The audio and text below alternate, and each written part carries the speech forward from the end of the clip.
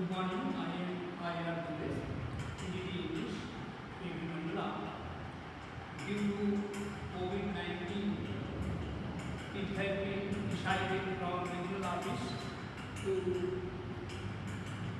prepare video on different topics, and 50 teachers from different vidyalayas have been interested to contribute some topic. In this regard, I am to present a teaching lesson on Jennifer's Tiger, composed by Adrian Rich. The poet Adrian Rich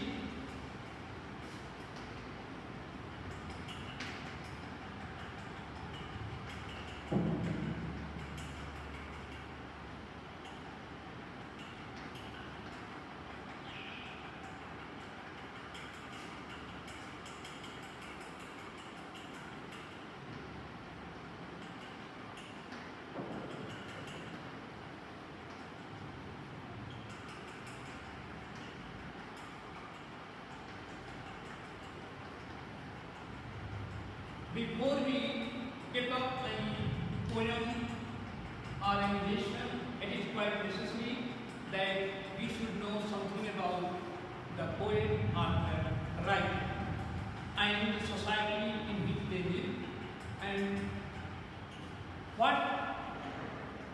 where the circumstances where they live. So it's my thinking that I should tell something about Adrian Rich. Adrian Rich was born on 16th May 1929 in Baltimore, Maryland, USA, and she died on 27th March 2012 in Santa Cruz, California, USA. She got married to Conrad, and what were the circumstances at that time which have been reflected in the poem?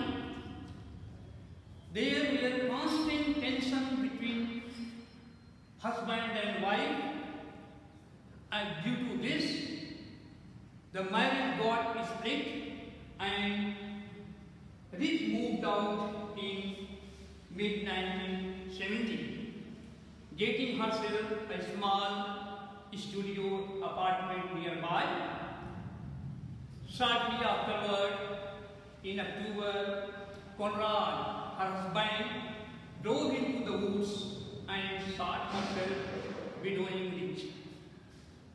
So we can conclude that her family atmosphere was not a good one.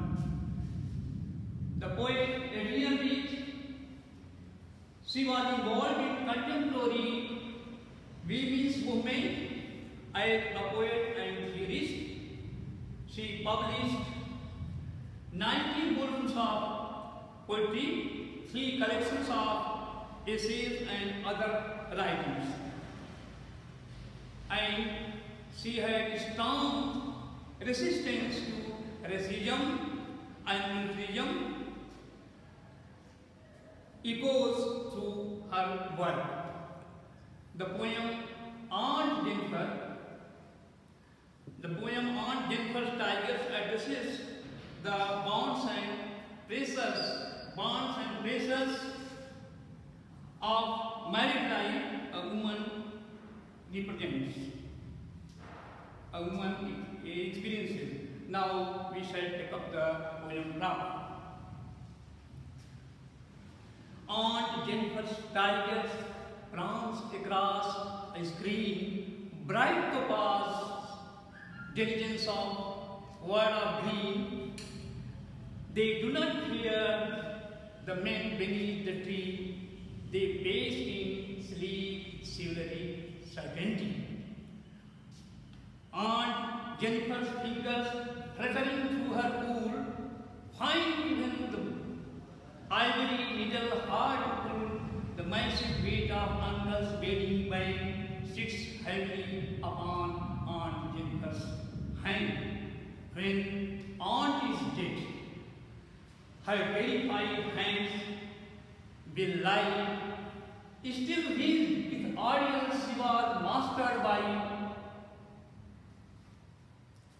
the tigers in the final that she met will go on prancing, proud and unearthly. Now we shall see the poem stanza-wise. There are 3 stanzas in the poem. Each stanza has its own importance, and the theme of this poem is that Aunt Jennifer's tiger. Aunt Jennifer's tigers, she is the typical woman, and she represents that she was oppressed by the sufferings, oppressions by male-dominated society. This is a similar case with the poet also. Poet also felt that she had undergone the pressure of her husband. So tiger is her inner feeling. The first stanza we shall take up. Aunt Jennifer's tigers prance across his screen. Aunt Jennifer's tigers prance across his screen. Bright cobas, diligence of the word of green. They do not fear the men beneath the tree. They pace in sleep, similarly certainty. Aunt Jennifer's tigers prance across a screen. Prance, jump over. Across a screen, a wall or curtain. Aunt Jennifer's tigers prance across a screen. Bright topaz, diligence of the word of green. Bright topaz. Topaz is a kind of precious stone.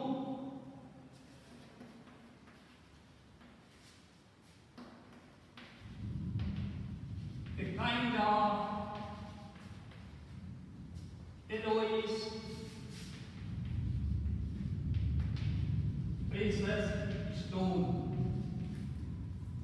Bright topaz, diligence of the word of green. Diligence,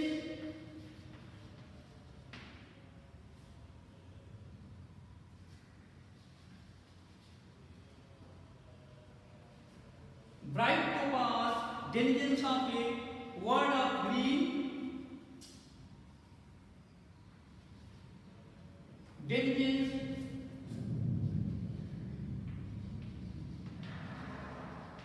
resilience.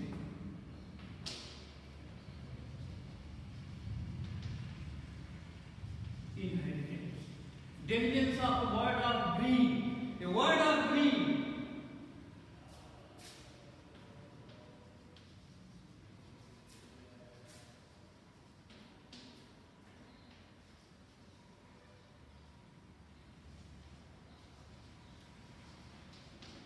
Bright topaz, diligence of the word of green.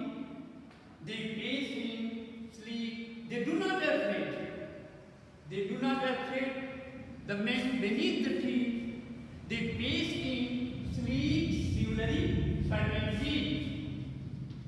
Pace, run fast. Pace in sleep, similarly certainty.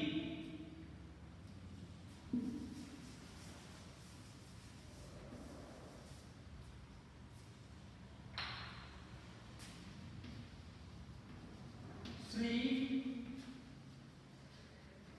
elegant, similarly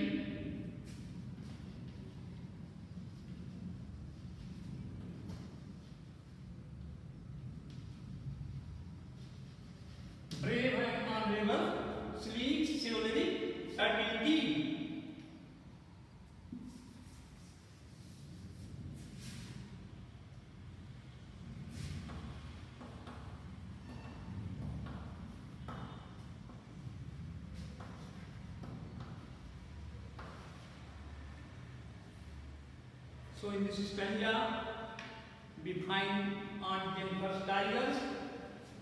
Tigers are the symbol of inner feelings of the poet. Spirit, freedom of spirit that she wants to embody. Aunt Jennifer's tigers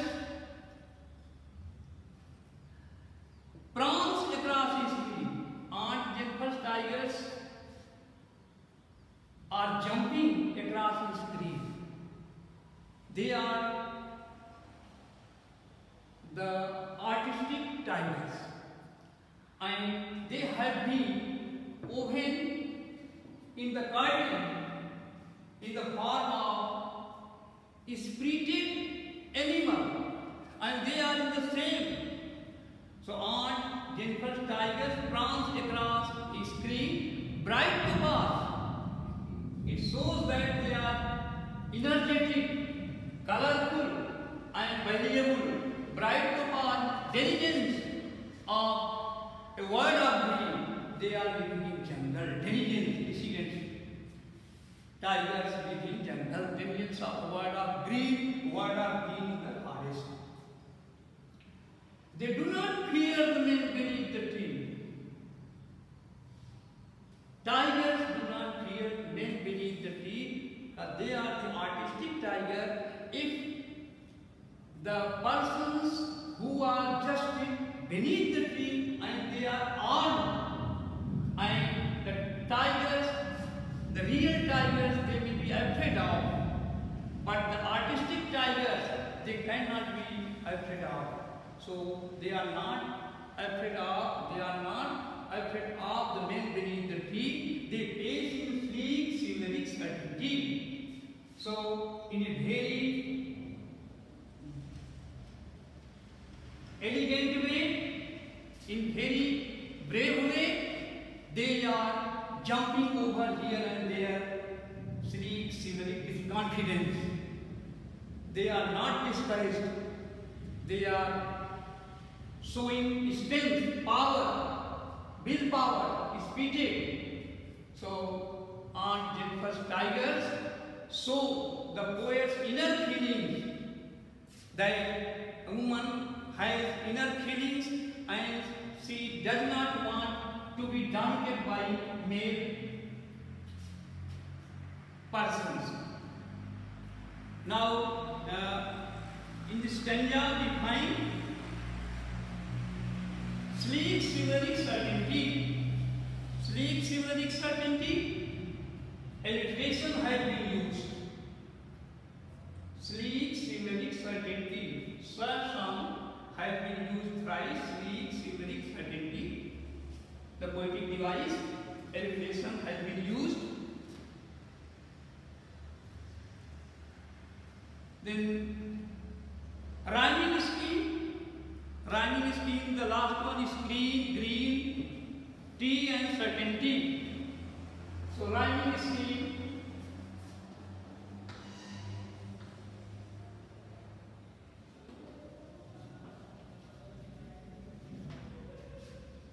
AABB,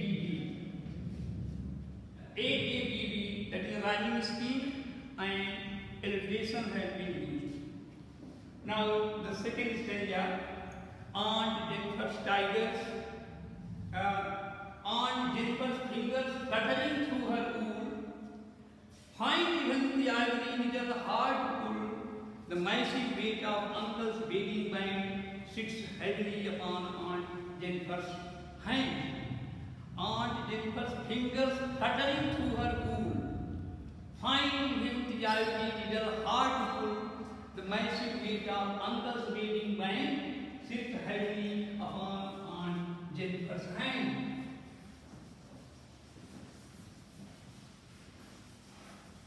In the second stanza, we find the situation of the woman.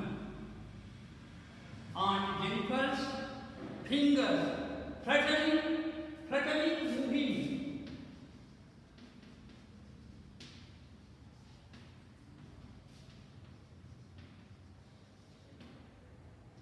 Moving.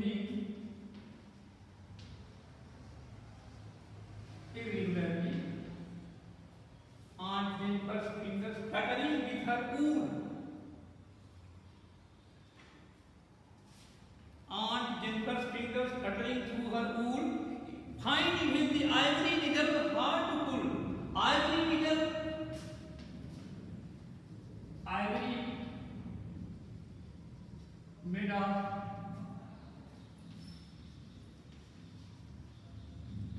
elephant tusk.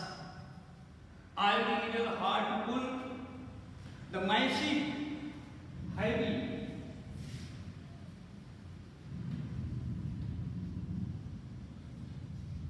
the massive weight of uncle's wedding band. Uncle's wedding band sits heavily upon Aunt Jennifer's hand. So here in the second stanza, it has been highlighted that when a woman gets married, she is undergoing different types of pressures, difficulties given by male people, particularly their husbands. So, though the poet is very energetic in her dream, in her thought, but outwardly, physically, she is very feeble, weak. She is trying to create tiger in the tapestry, but her hands are not moving properly due to pressure given by her husband. So it shows that physically she is weak. Find even the ivory needle hard to pull. Ivory needle, this is very light and it seems to be very heavy in order to pull over the tapestry. Ivory needle hard to pull. Why? Because there are pressures from husband. The massive weight from where, from when had been applied. The massive, the heavy weight. The moment she gets married, from that day on, she feels pressure. Massive weight of uncle's wedding band. Uncle's wedding band. The band is stiff. Here it stands for ring. When ring is applied for marriage, and from that day on, a girl becomes a wife of someone. She goes under different types of difficulties, pressures imposed by her husband. So, the massive weight of uncle's wedding band sits heavily upon Aunt Jennifer's hand. Aunt Jennifer's hand, it sits very heavily. This is the typical woman. It is applicable for all the women in the society. Now, here in the second stanza, fingers fluttering. Again we find calculation. Fingers fluttering.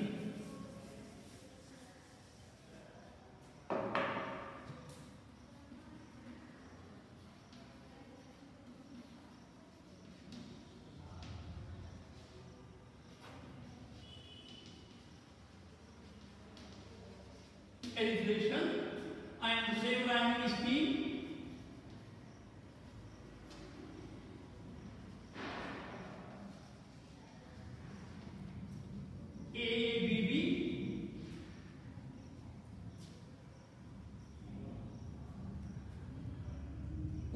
Pool, band hand, pool rhymes with pool, band with hand.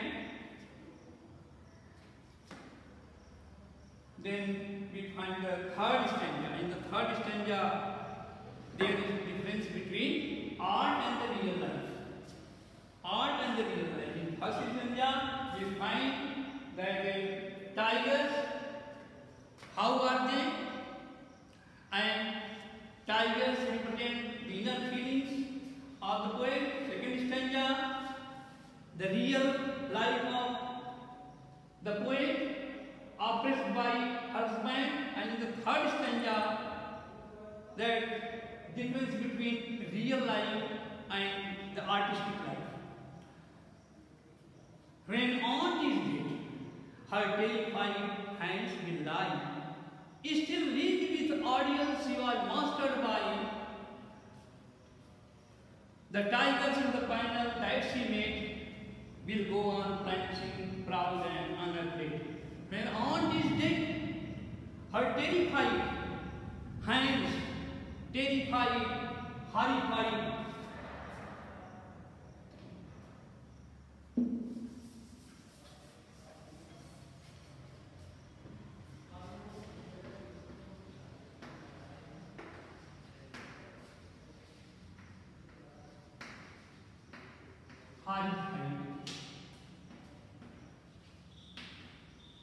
frightened.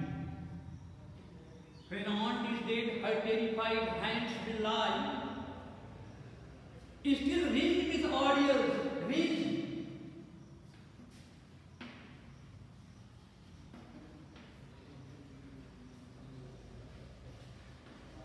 Surrounded by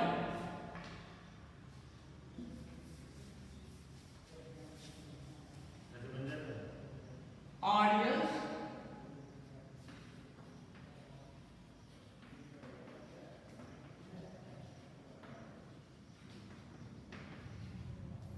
difficulties, patience,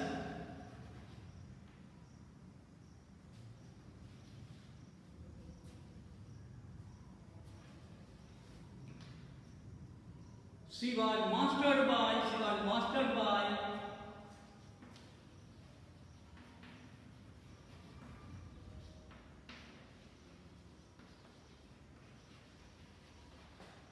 controlled by the tigers in the panel that she made will go on prancing, proud and unafraid. Panel board,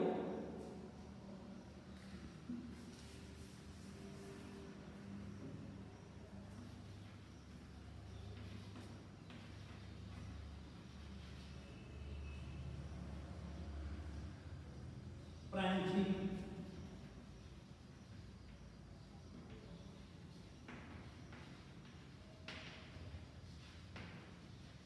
springing, jumping,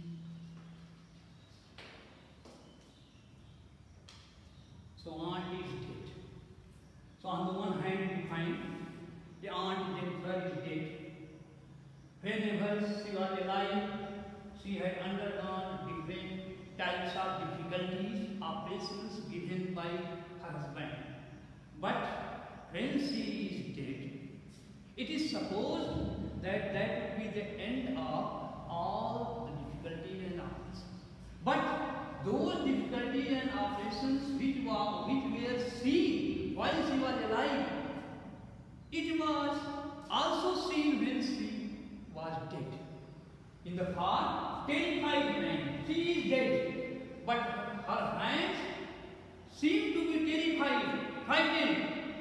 This shows what was the past on the one hand. On the other hand, the tigers created by Aunt Jennifer, they are the same. They are the jungle tigers.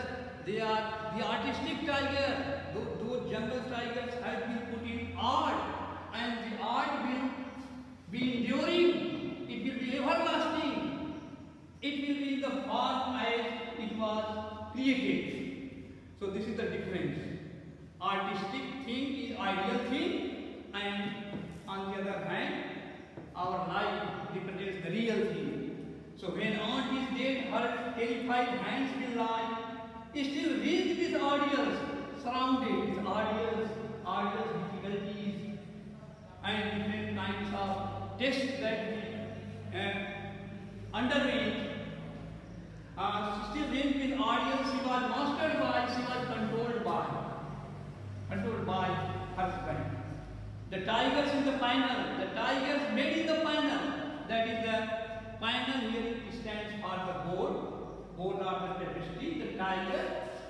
have been made in the panel will remain the same. In the same means they were prancing, jumping, and they were showing their strength when the panel was created, when they were created in the panel, and they will remain the same forever.